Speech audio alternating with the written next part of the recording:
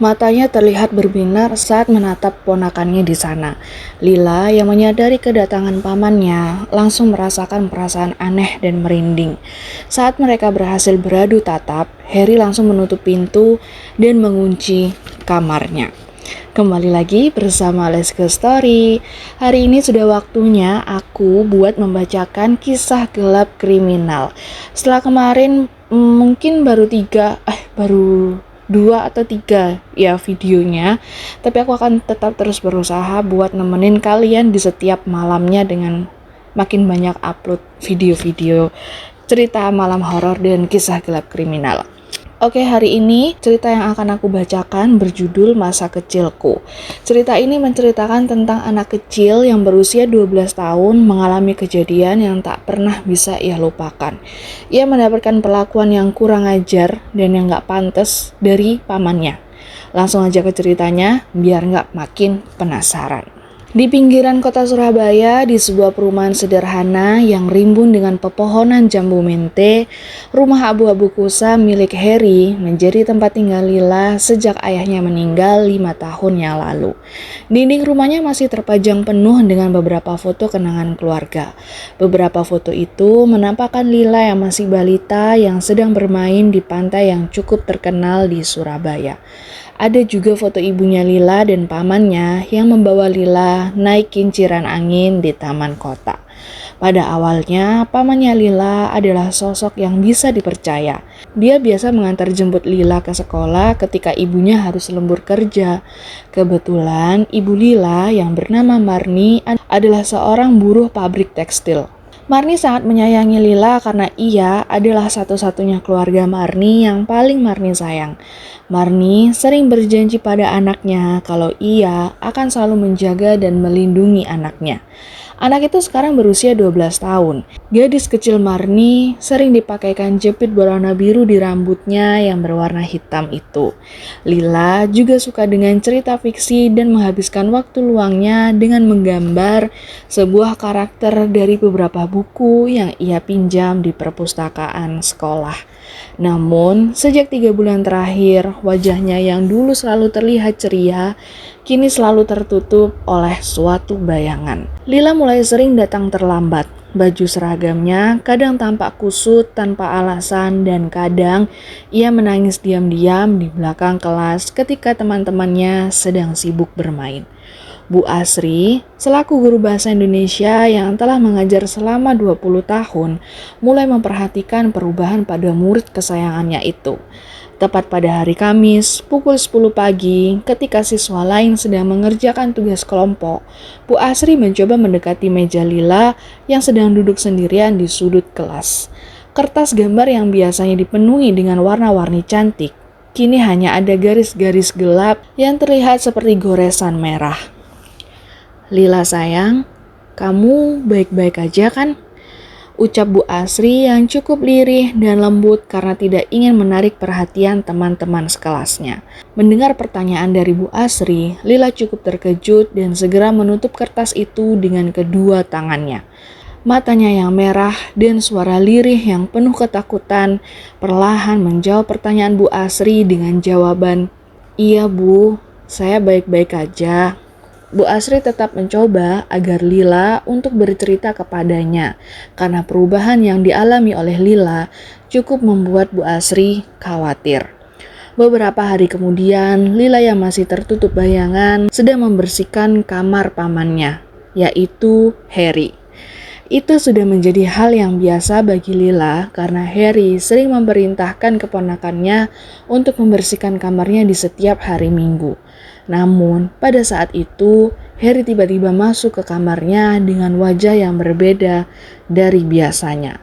Matanya terlihat berbinar saat menatap ponakannya di sana.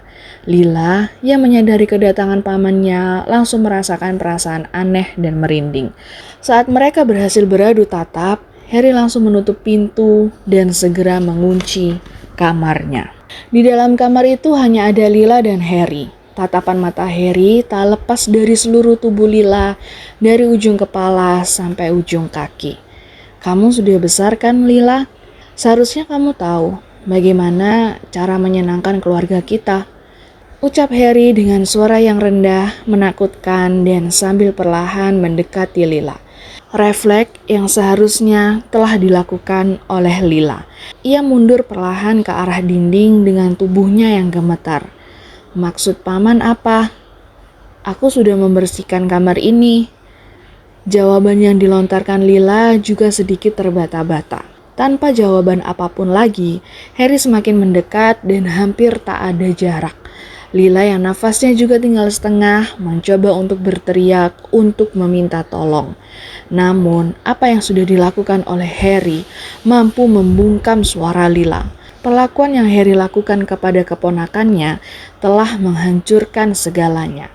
Mahkota seorang perempuan yang belum saatnya untuk diambil, kini telah dihancurkan oleh Harry.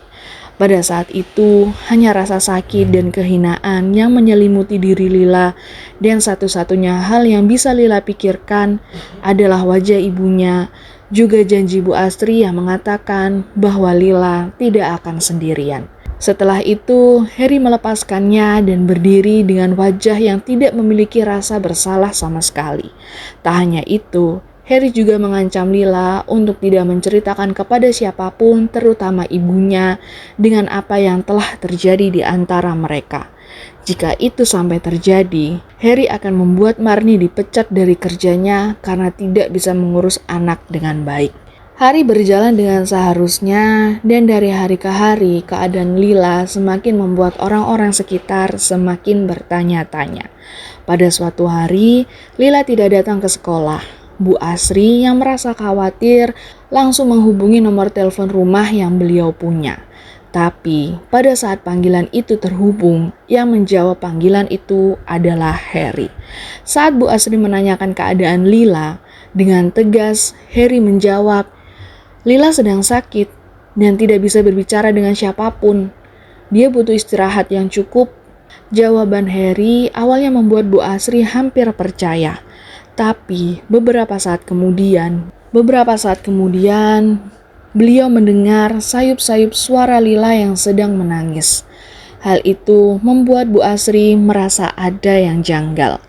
Bu Asri segera mengakhiri panggilan dengan Harry dan langsung menghubungi Dinas Perlindungan Anak setempat untuk memberitahu mereka tentang kekhawatirannya terhadap Lila. Tidak membutuhkan waktu yang lama, pada hari Selasa pagi, 2 pekerja sosial dan unit pelayanan perempuan dan anak bersama dengan 2 petugas polisi datang ke rumah Harry. Marnie yang kebetulan baru saja pulang kerja dari luar kota karena ada tugas lemburan, cukup kaget melihat banyak orang yang datang ke rumahnya. Mereka di sana tidak membiarkan Marnie terus bertanya-tanya, dan seorang pekerja sosial bernama Annie menjelaskan kedatangannya dengan suara yang penuh hormat.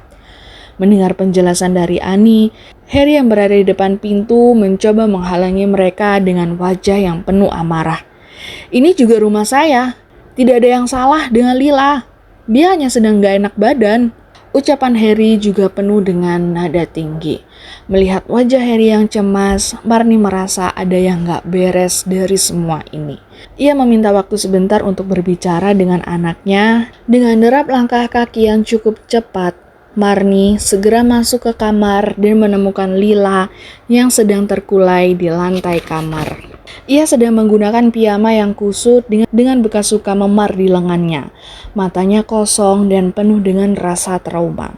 Marnie segera memeluk anaknya dan pada saat itu tangisan yang telah Lila tahan tumpah seketika di dalam dekapan Marnie. Mereka berpelukan dengan tangis yang begitu pecah. Perlahan, Lila mengungkapkan semuanya yang telah ia alami. Mulai dari pelecehan kecil yang dilakukan Harry ketika Marnie tidak ada di rumah, hingga pemerkosaan yang terjadi pada hari Minggu lalu. Sebagai ibu, dunia Marnie seketika runtuh dan perasaan bersalah yang begitu besar terus ia tunjukkan untuk dirinya. Marnie juga tidak pernah menyadari bahwa bahaya sebenarnya bisa datang dari orang yang paling ia percayai.